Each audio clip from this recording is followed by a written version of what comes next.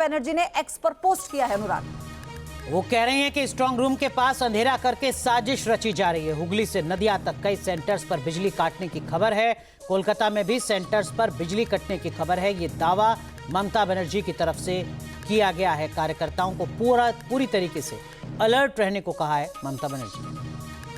तो हालांकि कल भी ममता बनर्जी ने गंभीर आरोप लगाए थे और आज भी उन्होंने कहा कि पूरी तरह से अंधेरा किया गया, बिजली काटी गई और ईवीएम में छेड़खानी की जो अंदेशा है वो पहले ही जता चुकी हैं। उन्होंने पहले भी इस बात का जिक्र किया था, लेकिन ये एक बड़ी अपडेट है।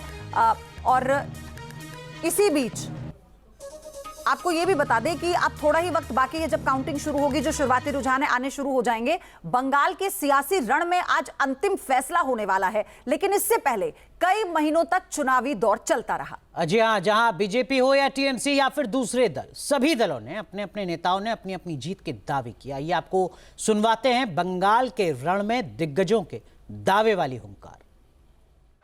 साथियों, इस चुनाव में वैसे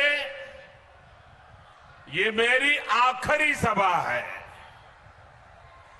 और बंगाल में जहां जहां गया हूं,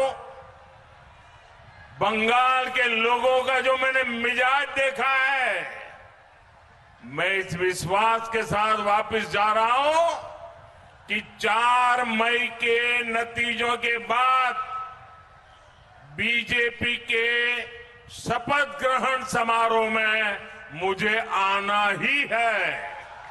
मत है, ऐसे सामना सामनी लड़ो ना। कब लड़ोगे कहो ना, हम इधर भी आएंगे, आप भी आओ, आप बंदूक लेके आओ, हमारा साथ कुछ नहीं होगा, हम खाली अकेला रहेंगे।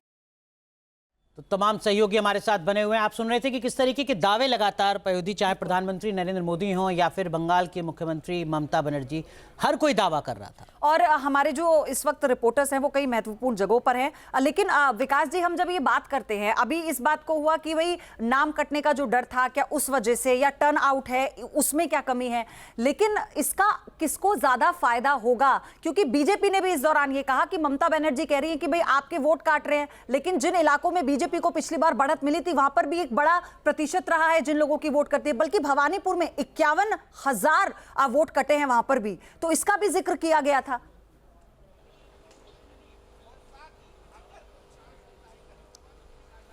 ये देखिए, वोट कटने का एसआईआर में नुकसान और फायदा दोनों तरफ हुआ है। ऐसा नहीं है कि सिर्फ टीएमसी को फायदा हो गया, बीजेपी को नुकसान, या बीजेपी को फायदा हुआ, टीएमसी को नुकसान।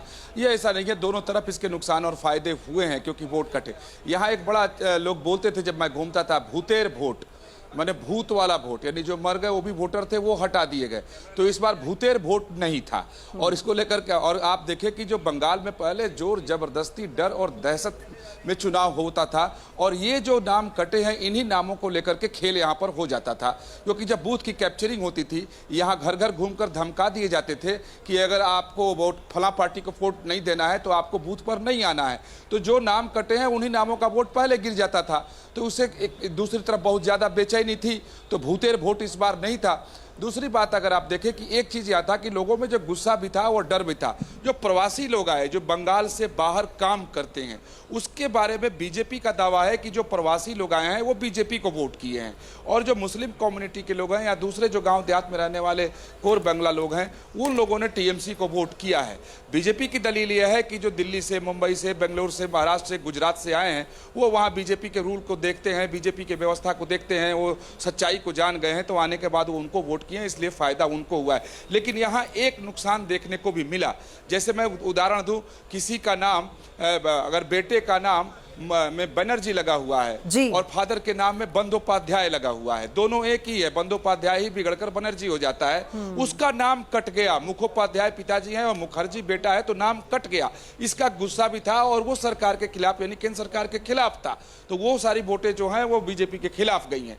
तो दोनों तरफ फायदे और नुकसान हुए हैं।